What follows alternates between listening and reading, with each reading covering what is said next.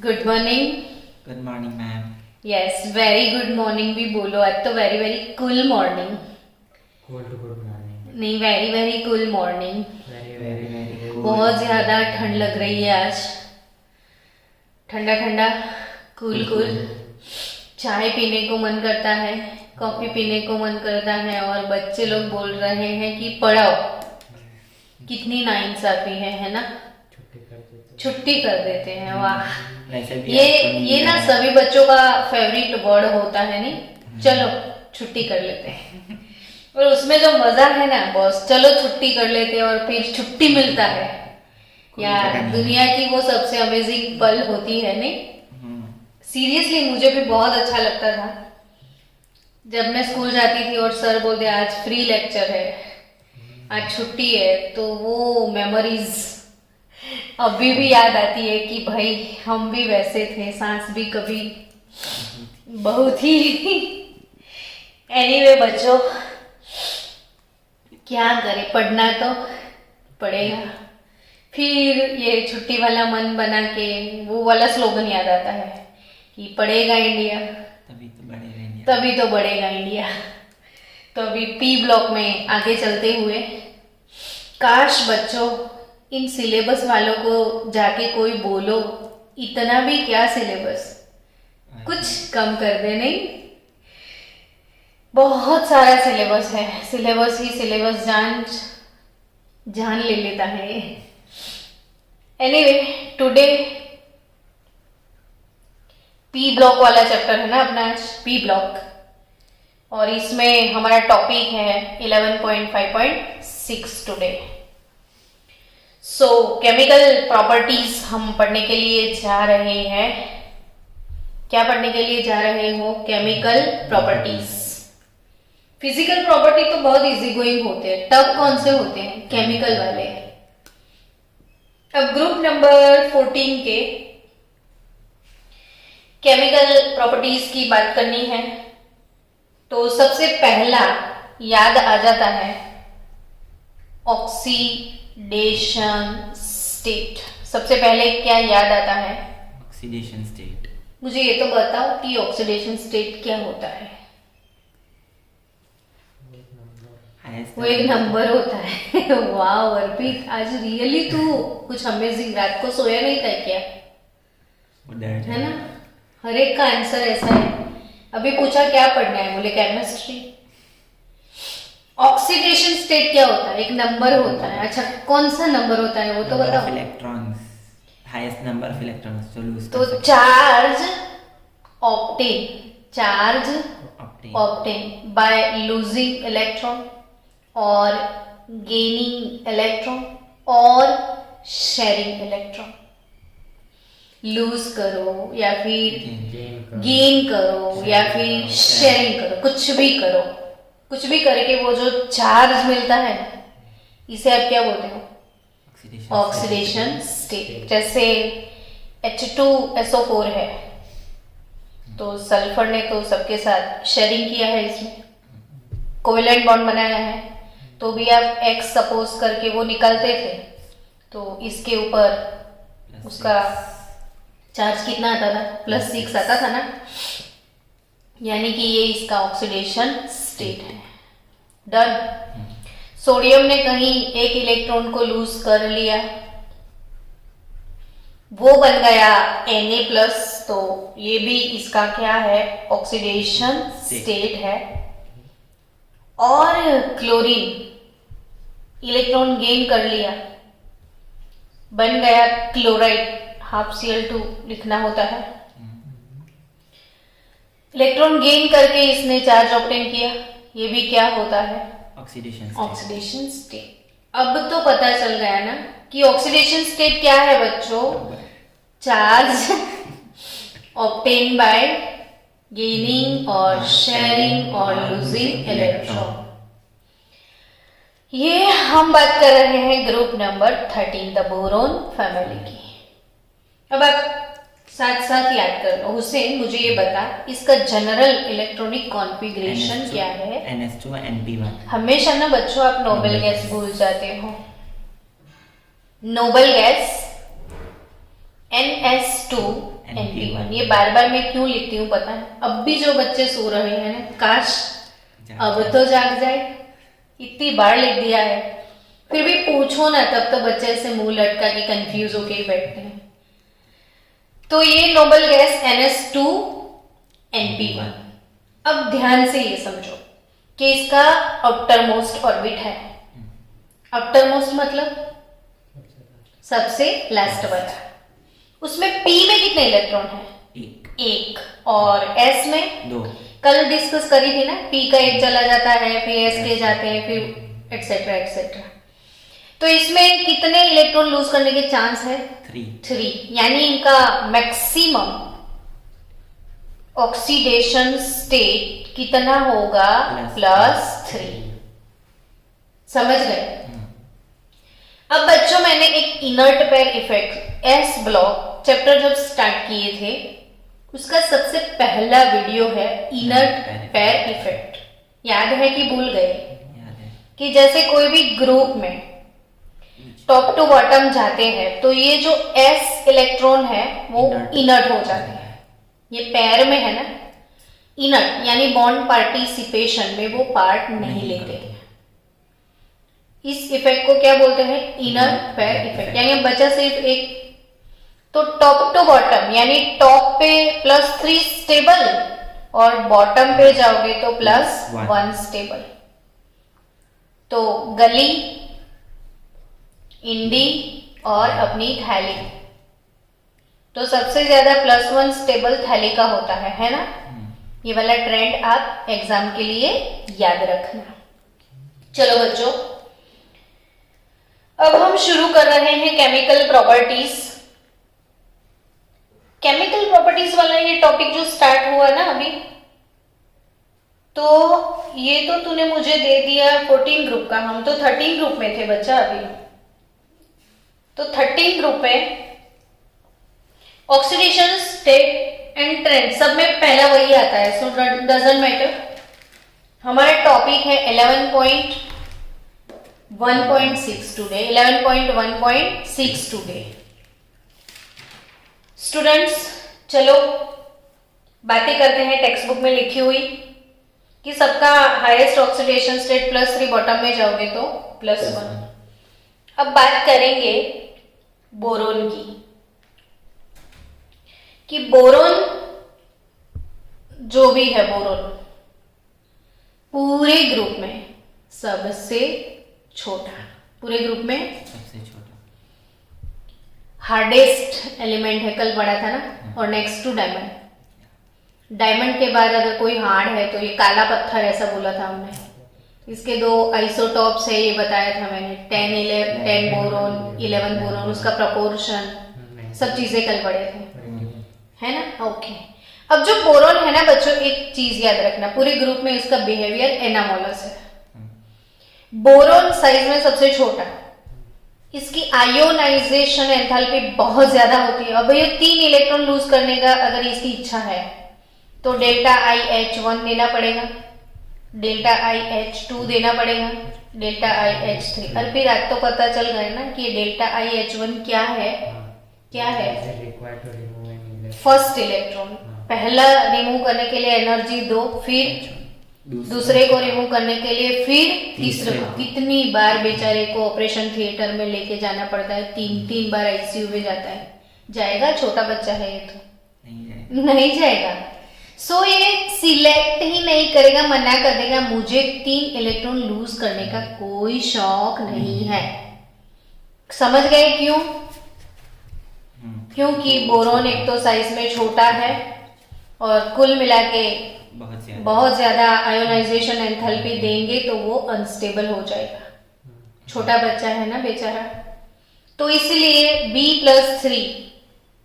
B+3 ion कभी नहीं मिलता, it does not exist. Boron compound बनाता है तो यस, सुना है, याद करो अपने जनरल नॉलेज में तो। हाँ मैडम, BF3 के बारे में सुना था, है ना? आपने सुना है ना BF3। तो ये कंपाउंड कैसे बनता है फिर? तो बोले कि ये किसी को इलेक्ट्रॉन देता नहीं, वो शेयरिंग कर लेता है। जब इलेक्ट्रॉन लूज करने के चांस कम होते हैं तो हम क्या करने का सिलेक्ट कर लेते हैं? ऑप्शन शेयरिंग वाला। तो ये यहाँ पे शेयरिंग करके कोवेलेंट बॉन्ड बनाते हैं। अब दूसरी बात भी सीख लो, क्योंकि जो जो बातें हमें काम में आती है वो सारे सिखाते जाते हैं हम लोग। ये कौन सा कंपाउंड है? BF3। एल्यूमिनियम भी शेयरिंग करने की इच्छा रखेगा। एल्यूमिनियम के कंपाउंड भी समवॉट कोवेलेंट,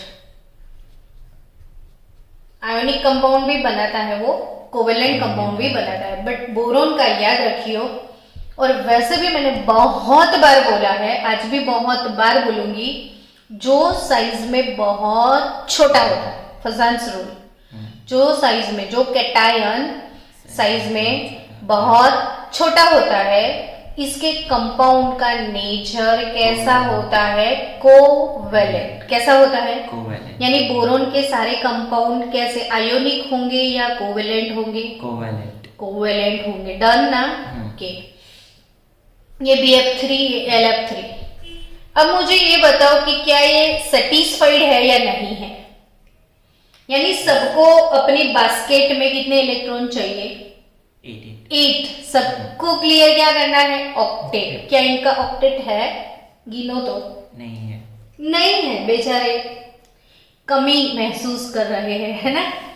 इनको डेफिशिएंसी है, विटामिन डेफिशिएंसी है। विटामिन की डेफिशिएंसी है अर्पित? Electron deficiency. अच्छा, आज अभी तो फ्रेश हो गया। चाय पी लिया क्या तूने? पी लिया चाय? कौन सी कमी है इनको? इलेक्ट्रॉन की डेफिशिएंसी है दोनों को।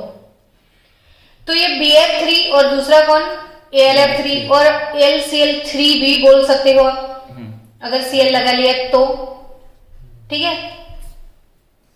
अब ये दोनों को इलेक्ट्रॉन की डेफिशिएंसी है, यानी ये लोग क्या चाहेंगे दूसरों से? इलेक्ट्रॉन। यानी कोई और देने वाला है, ये इलेक्ट्रॉन डेफिशिएंट है। कैसे लोग हैं? Electron deficient. अब कोई इनको इलेक्ट्रॉन देगा तो एक्सेप्ट करेंगे या नहीं करेंगे? कर लेंगे एक्सेप्ट। तो जो दूसरों के इलेक्ट्रॉन को एक्सेप्ट करते हैं उनको एसिड बोला जाता है।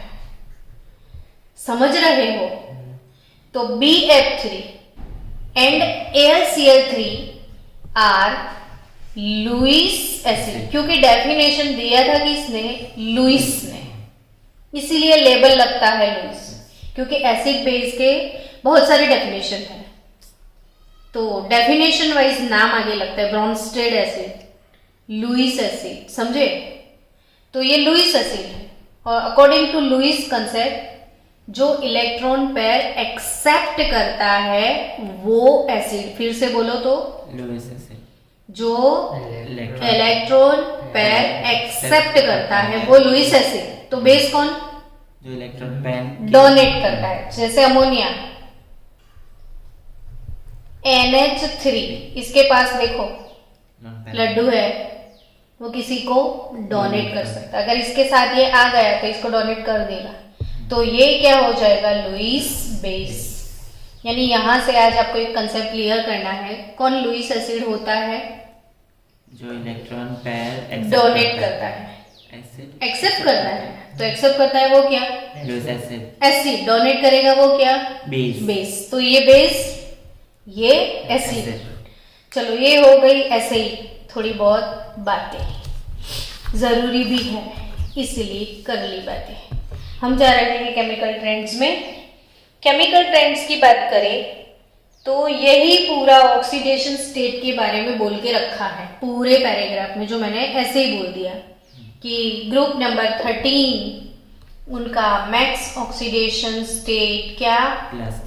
+3 होता है।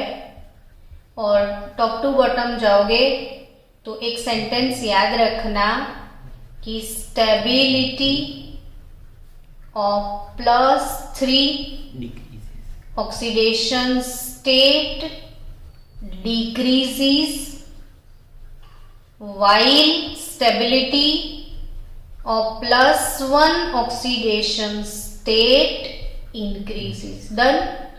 Top to bottom, on moving down the group, stability of +3 oxidation state decreases while stability of +1 oxidation state एक इंक्रीजेस हो गया, काम अपना कंप्लीट। इसमें मैंने और एक चीज अपनी डाल दी, बोरोन के बारे में आपको याद रखना है कि बोरोन के कंपाउंड आयोनिक नहीं होते हैं। कैसे होते हैं? क्यों?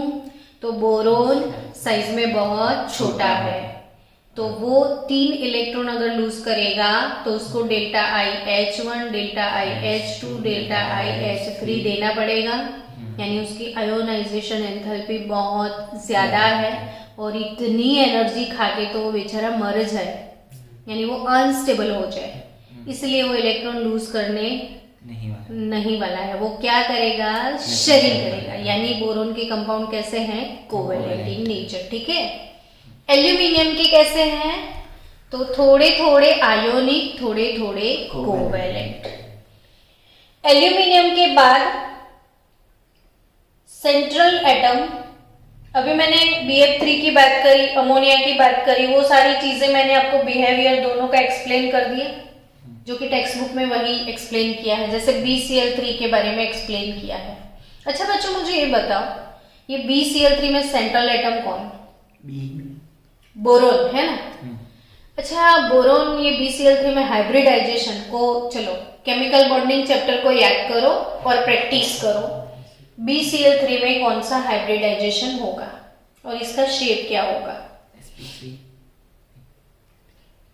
क्यों अर्पित बार बार भूल जाता है? मुझे वो फॉर्मूला लगे, फॉर्मूला लगाना पड़ेगा। क्यों डरते हो आप लोग? फॉर्मूला लगाओ, half V plus M। C minus है तो लिखने का जरूरत ही नहीं ना, कैटायन है ना एनायन, सीधा V प्लस M। V यानी वैलेंस, बोरोन की वैलेंस में 3 होते हैं ना। अच्छा, मोनोवेलेंट है इसके पास? हेलोजन मोनोवेलेंट होते हैं, तो 3 है ना, तो 6/2 3 हो गए ना, तो हाइब्रिडाइजेशन बताओ। sp2। कितना इजी गोइंग काम है, जिससे हम डरते हैं बार बार। इसलिए जब भी आएगा ना जो भी मॉलिक्यूल, हम यही चीज फॉलो करेंगे ताकि हमारा प्रैक्टिस हो जाए। तो BCl3 में बोरोन कौन से हाइब्रिडाइजेशन में है? अच्छा, मुझे शेप बता दो। sp2 हाइब्रिडाइजेशन होगा, तीनों 3 बॉन्डिंग भी है, A तीनों 3 है और 3 बॉन्डिंग भी है, तो Ab3 टाइप का मॉलिक्यूल हुआ, तो शेप कौन सा होगा? Triangular planar shape. तो BCl3 के पास ट्रायंगुलर प्लानर शेप होगा। कौन सा शेप होगा? Triangular planar. अभी मैंने सिखाया पार्टी इलेक्ट्रॉन डेफिशिएंट है कि नहीं। अर्पित इतना मत सोच बेटा, देख कितने इलेक्ट्रॉन है? 6 है ना। अभी बाजू में अमीर पर्सन आ गया, अमोनिया। अब तो अमोनिया भूलोगे ही नहीं। अब NH3 याद होगा ना, अमोनिया NH3, इसमें कौन सा हाइब्रिडाइजेशन होता है? अमोनिया में। अमोनिया में कौन सा हाइब्रिडाइजेशन होता है? चलो, practice makes man perfect. Half V plus M तो करना है, क्या इतना सोच रहे हो तुम लोग? हाफ। सेंट्रल एटम कौन है? Ammonia, nitrogen. उसकी वैलेंस ऑर्बिट में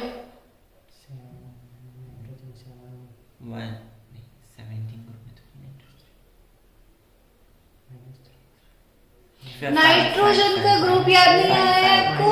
15 नाना पाटेकर 15 ग्रुप में है, तो वैलेंस में 5 हुए ना, और मोनोवेलेंट कितने हैं? 3। तो 8/2 यानी 4, तो कौन सा हाइब्रिडाइजेशन इसको लगेगा? sp3। कौन सा लगेगा? sp3। बट 3 दिखते हैं इधर तो, और इधर 4, बहुत नाइंसाफी। हमारे पास तो 3 है ना, तो A B 3 हुए, बट ये 4 है, तो एक लोन पेयर होगा। दिखता तो है लोन पेयर अमोनिया के ऊपर, देखो 3 बॉन्डिंग और एक लोन पेयर। केमिस्ट्री को जड़ से समझना चाहिए, तभी मजा आए। अपने ब्लड में केमिस्ट्री को रखो। ये 3 और एक लोन पेयर आ गया। अब AB3E है ना, पर कुल मिला के कितने हैं? 4 हाइब्रिडाइजेशन कौन सा? sp3 तो शेप कौन सा बनेगा? Triangular plane tetrahedral. Triangular planar तो sp2 में बनता है। बट वही सिखा रही हूँ। टेट्राहेड्रल हुआ, ये नाइट्रोजन रख दिया, ये तो लोन पेयर है, कम में ही नहीं आएगा। तो शेप में तो खाली बॉन्डिंग पेयर को काउंट करना पड़ेगा। ट्रायंगुलर पिरामिड नहीं, ट्रायंगुलर पिरामिडल, यस। तो ये शेप कौन सा बन गया इसका? Triangular pyramidal. तो अमोनिया इलेक्ट्रॉन रिच पर्सन है ना, एक्स्ट्रावेट। ये इलेक्ट्रॉन डेफिशिएंट। ये लुईस बेस, ये लुईस एसिड। दान कर दिया उसने बोरोन को, है ना। इसने कुछ नहीं दिया, इसने 2 इलेक्ट्रॉन दिए। जब कोई एक एटम दोनों इलेक्ट्रॉन को डोनेट करके कोई बॉन्ड बनाता है तो इसे हम बोलते हैं कोऑर्डिनेट कोवैलेंट बॉन्ड। ये कौन सा बॉन्ड बनता है? Coordinate covalent bond. अमोनिया हमेशा कोऑर्डिनेट कोवैलेंट बॉन्ड बनाता ही है। एनीवे, चलो इसके पास तो अमोनिया आया तो वो स्टेबल हो गया। अगर अमोनिया नहीं आता तो बेचारा कैसे स्टेबल होता? सोचो, ये लोग कैसे स्टेबल होते जो अमोनिया नहीं आता? तो देखो, मस्त मजेदार बात सिखाती हूँ। सपोज मेरे पास AlCl3 है। आया समझ में? क्या है? AlCl3। मैं देख लेती हूँ सब कुछ सही है कि नहीं। कंप्लीट। चलो, क्या है मेरे पास? गरीब इंसान। क्या नहीं है उसके पास? इलेक्ट्रॉन से गरीब है। ऐसे तो बहुत पर्सनालिटी है उसकी, क्या नहीं है बेचारे के पास? थोड़े बहुत इलेक्ट्रॉन ही है, इलेक्ट्रॉन डेफिशिएंट है। अभी ऑक्टेट तो चाहिए पॉकेट में सबको, तो कैसे बेचारा ऑक्टेट क्लियर करेगा? देखना। हाँ, इसके पास बहुत सारे फंडा है। दूसरा मॉलिक्यूल अगर ऐसे हो जाए, आया समझ में? तो क्लोरीन जो होता है ना, इसके पास तो एक्स्ट्रा इलेक्ट्रॉन होते हैं, यस और नॉट? यस। और आई थिंक मेरे समझाने से पहले आप कुछ समझ गए। क्या? एल्यूमिनियम। तो ये क्लोरीन अपने इलेक्ट्रॉन किसको देगा? एल्यूमिनियम।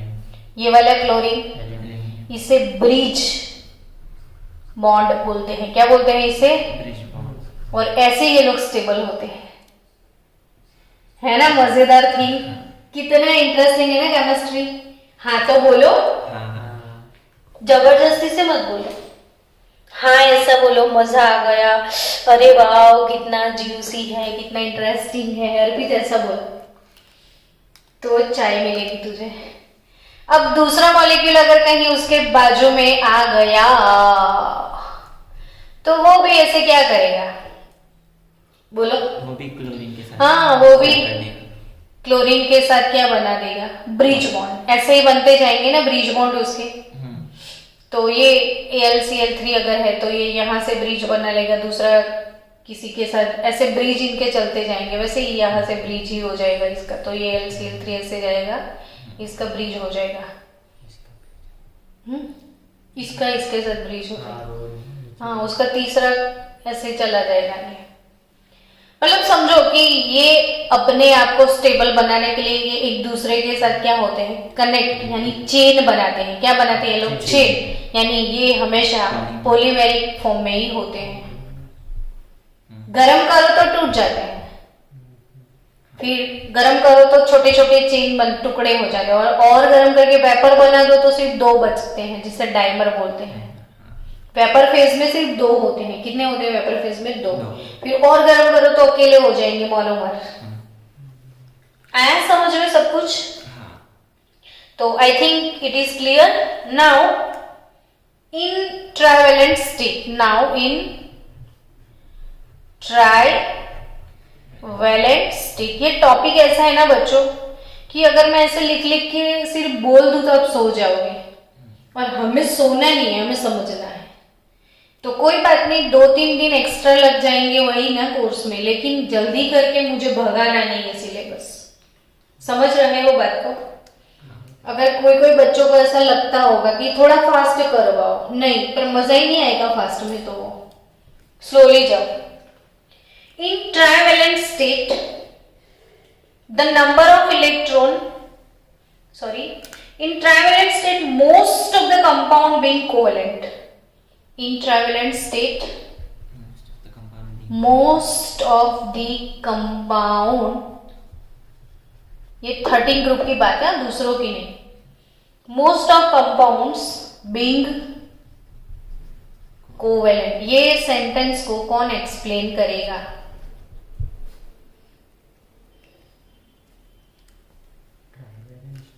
यस, ट्राइवेलेंट स्टेट क्या होता है? जिसकी 3 वैलेंसी है।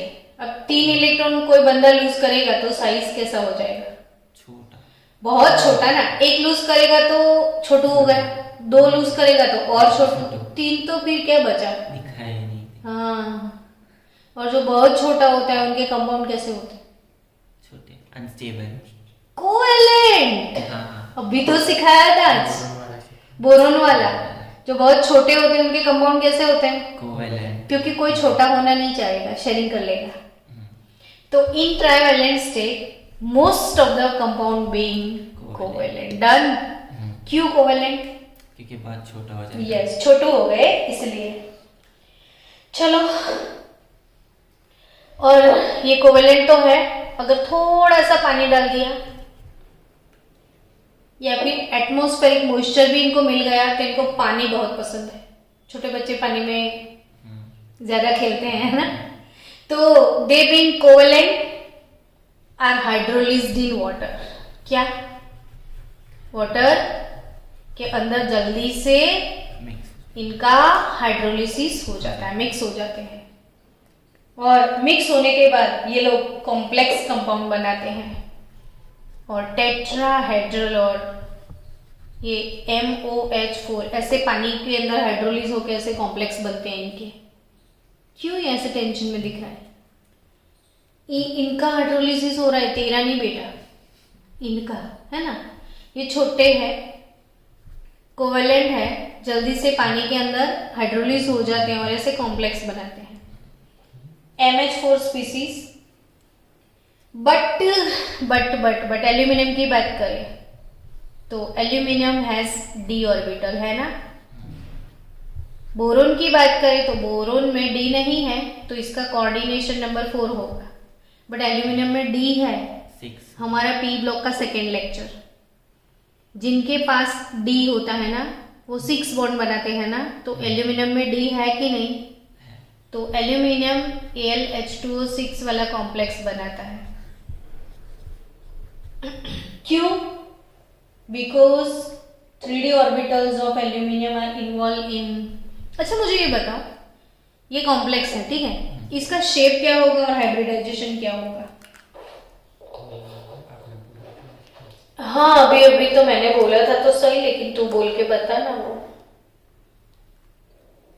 एल्यूमिनियम सेंट्रल एटम, ये कितना है? 4 है ना? तो हाइब्रिडाइजेशन ऑब्वियसली sp3 हुआ होगा, और ऑब्वियसली शेप टेट्राहेड्रल हुआ होगा। अब भी शेप याद नहीं है तो प्लीज शेप प्रिपेयर करो, केमिकल बॉन्डिंग के वीडियो वापस देखो। 4 पे हाइब्रिडाइजेशन कौन सा? sp3। शेप कौन सा? टेट्राहेड्रल। डन। तो ये AlH2O6 + 3 हुआ ना? क्या लगता है? 6 है, तो 6 पे क्या फिक्स है? 6 पे फिक्स क्या है? sp3d2। यस, हमें 6 ऑर्बिट चाहिए दूसरों को अपने घर में रखने के लिए, तो एक तो s यूज कर लेंगे, 3 हम p वाले यूज कर लेंगे, और ये तो 4 हुई, अभी भी 2 मिसिंग है, तो sp3d2।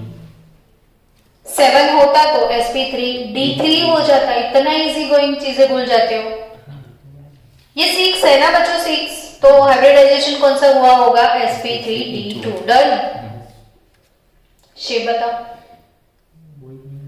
6 पे शेप वही नहीं आता, नहीं अर्पित देख। अब 6 वाला तो भाई ये भूत की तरह तुम्हें पीछे आने वाला है, हम हर जगह पे। 6 पे फिक्स है 4+2, आपका है 6 पे क्या फिक्स है 4+2, तो ये 4+2 का मतलब 4 पे square above the plane below the plane, तो ये H2 जो है एल्यूमिनियम के सराउंडिंग्स में ये एल्यूमिनियम होगा, ऐसे ये हाइड्रोलिस होगा। और ये जो कॉम्प्लेक्स है कौन से शेप में है, ऑक्टाहेड्रल। कौन सा शेप, ऑक्टाहेड्रल, क्योंकि इसके पास, मेरे पास D है, मेरे पास S है, P है, तुम्हारे पास क्या है, हमारे पास D है। हमने 4 बॉन्ड बनाए हैं, हमने 6 बॉन्ड बनाए हैं, ठीक है। चलो हो गया। अब प्रॉब्लम 11.1, प्रॉब्लम 11.1 टेक्स्ट बुक में वो सॉल्व करते हैं। ये केमिकल प्रॉपर्टीज आई थिंक आपको बहुत अच्छे से समझ में आ गई। केमिकल ट्रेंड सबकी मैंने छोटी छोटी बातें आपको बता दी। आई थिंक आप समझ भी रहे हो कि इनके ट्राइवेलेंट कंपाउंड कोवेलेंट होते हैं, पानी में हाइड्रोलिस हो जाते हैं। ये 13 ग्रुप वाले सारे लोग इलेक्ट्रॉन डेफिशिएंट होते हैं, इसीलिए 13 ग्रुप वाले जो हैलाइड है वो लुईस एसिड होते हैं। क्या होते हैं, लुईस एसिड। प्रॉब्लम 11.1, प्रॉब्लम में देख ले, स्टैंडर्ड इलेक्ट्रॉन पोटेंशियल वैल्यू सबके दिए। Standard electrode potential value for aluminium Al+3 oblique Al दिया है और वो है -1.66 वोल्ट, ठीक है। ये Al+3 से Al हुआ ना, मतलब ये हुआ बच्चों कि एल्यूमिनियम ने 3 इलेक्ट्रॉन गेन करके एल्यूमिनियम बनाया, तो ये रिडक्शन हुआ। क्या हुआ, रिडक्शन। तो ये वाला पोटेंशियल रिडक्शन पोटेंशियल है, E0 रिडक्शन पोटेंशियल -1.66 वोल्ट। समझ में आ रहा है। अभी next thallium 3 oblique thallium. Redox में मैंने ये सारे वीडियो भी भेजे थे जो कि बच्चों ने देखे ही नहीं। देखे कि नहीं देखे, देखे।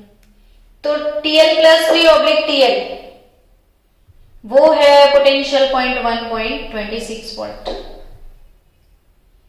अब ये इसका माइनस है, थैलियम का देखो प्लस, यानी इसको ये टेंडेंसी इसकी दिख रही है, इसकी मना कर रही है, पॉजिटिव है ये। Thallium +3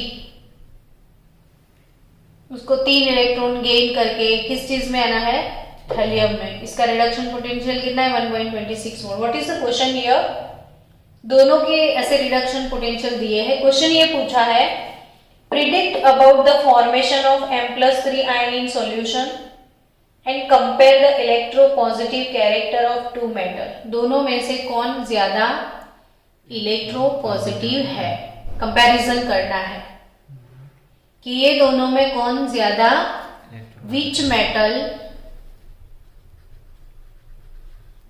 is more electro positive. This is our question here. Guess करो 5-10 मिनट, आपको क्या लगता है, जो आपके मन में आता है वो सोचो। Standard reduction electrode potential values है ना दोनों के, थैलियम। चलो आंसर देखते हैं। आंसर क्या है वो देखते हैं। योर आंसर इज हियर कि भाई standard electrode potential values for 2 half cell reaction suggest that aluminium has high tendency to make Al+3 ion. इसकी टेंडेंसी बहुत ज्यादा हाई है Al+3 बनाने की।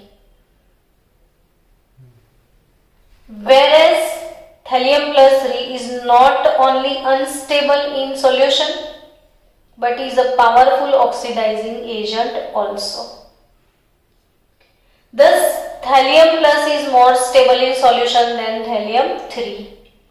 Aluminium being able to form +3 ion easily is more electropositive than Thallium.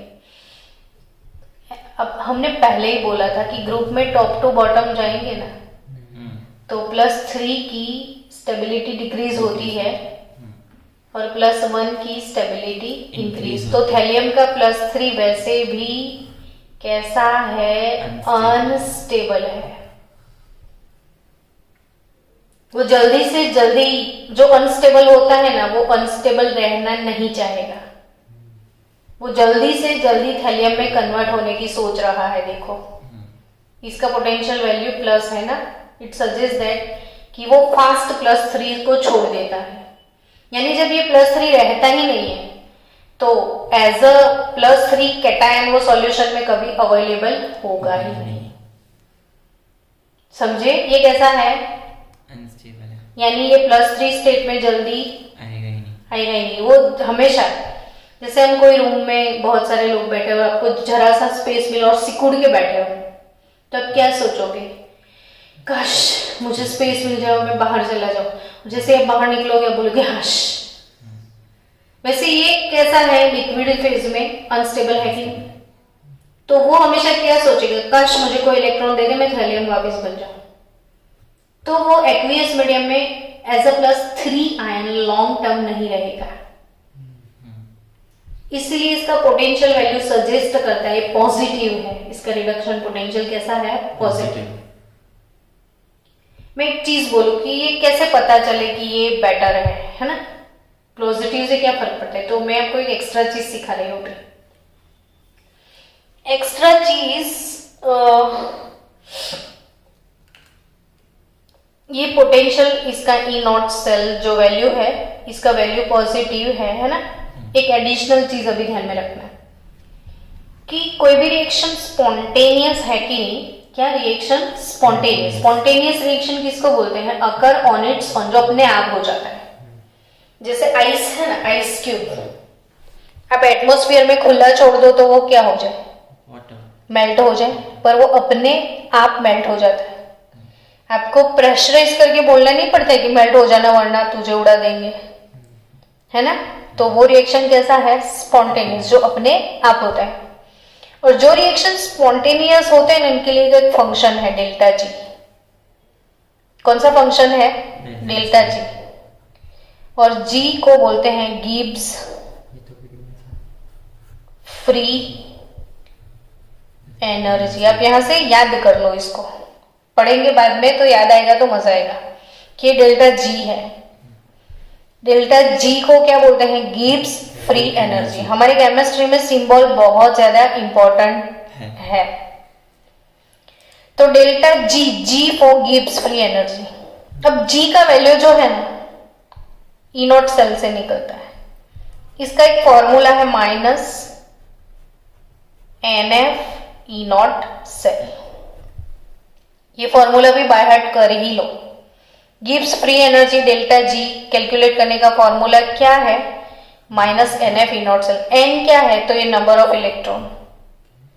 F यानी Faraday. एक Faraday यानी 96,500 coulomb. Faraday भी मैंने एक वीडियो में पूरा एक्सप्लेन किया है, रेडॉक्स चैप्टर में जो आपको भेजे थे। हाँ है, सब में मैंने सब कुछ सिखाया है, आपका सीखना है सिर्फ। ΔG0 गिब्स फ्री एनर्जी है, -NF E0 सेल। ये फॉर्मूला बाय हार्ट करो। N इलेक्ट्रॉन है, ठीक है। F Faraday 96,500। E0 सेल क्या? तो पॉजिटिव वैल्यू है इसकी। अभी यहाँ पे E0 सेल की वैल्यू कैसी है? पॉजिटिव है। समझ रहे हो? यहाँ पे ये नेगेटिव है तो पॉजिटिव इंटू नेगेटिव, इसका ओवरऑल रिजल्ट कैसा आएगा? नेगेटिव।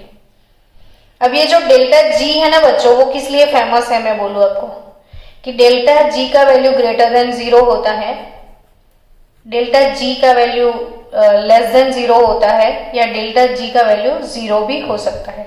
3 पॉसिबिलिटी है। हमारे मैथ्स वाले बच्चों के सिर्फ 3 रिलेशन होते हैं, ग्रेटर देन, लेस देन और इक्वल टू। अब ग्रेटर देन 0 है यानी वैल्यू पॉजिटिव है, तो reaction will be non spontaneous. ΔG0 का वैल्यू ग्रेटर देन 0 है, इसका मतलब होता है reaction will be non spontaneous. If ΔG less than 0 reaction will be spontaneous. और ये इक्विलिब्रियम फेज में होगा। अब सोचो ई नॉट सेल इसका पॉजिटिव है कि नहीं, अब ये पॉजिटिव है तो ओवरऑल वैल्यू नेगेटिव हो गई, तो रिएक्शन कैसा होगा, यानी थैलियम प्लस 3 अपने आप थैलियम में चला आएगा। अच्छे से समझ में आया ना ये चीज, अपने आप किस में चला जाएगा, सो थैलियम प्लस 3 जल्दी अवेलेबल नहीं होगा। हालांकि इसका कैसा है, नॉन स्पॉन्टेनियस, क्योंकि ये नेगेटिव है, वहां पे नेगेटिव रखोगे तो ओवरऑल नेगेटिव नेगेटिव आंसर कैसा हो जाएगा, यानी इसका डेल्टा जी आपका पॉजिटिव हो गया। यानी ये रिएक्शन कैसा है, यानी ये अपने आप इसमें नहीं आएगा, यानी आपको सॉल्यूशन में हमेशा M+3 फॉर्म में ये अवेलेबल होगा और ये नहीं होगा। तो इसका positive character, electro positive metal है ये, इलेक्ट्रो थोड़ी नेगेटिव मेटल है, इलेक्ट्रोनेगेटिविटी इसमें है, समझे आप। तो दोनों में कौन किसका इलेक्ट्रो पॉजिटिव कैरेक्टर ज्यादा है, एल्यूमिनियम का। किसका कम है, ये रिडक्शन पोटेंशियल वाली फंडा समझ में। डेल्टा जी क्या है, gives free energy, फिर से एक बार बोलो क्या, gives free energy, और एक बार बोलो क्या, gives free energy, जोर से बोलो क्या, gives free energy, इसका अच्छा इसकी कितनी वैल्यू पॉसिबल है, 3, ग्रेटर देन 0, लेस देन 0 और equals to 0। अगर डेल्टा जी का वैल्यू पॉजिटिव है इसका मतलब होता है रिएक्शन non-spontaneous, यस, इसका वैल्यू नेगेटिव है तो spontaneous, और 0 है तो। equilibrium। अच्छा मुझे ये बताओ कि ये फॉर्मूला याद हो गया, डेल्टा जी नॉट कैसे फाइंड करोगे, -NF E नॉट सेल से। डन। तो अपना आज का कारोबार खत्म हुआ। दोपहर 3 बजे हमारा फिर से लेक्चर होगा, reactivity towards air, towards acid and alkalis and towards halogen, वो हम आज कंप्लीट करेंगे और प्रॉब्लम 11.2 तक। ठीक है, चलो तो मिलते हैं ब्रेक के बाद।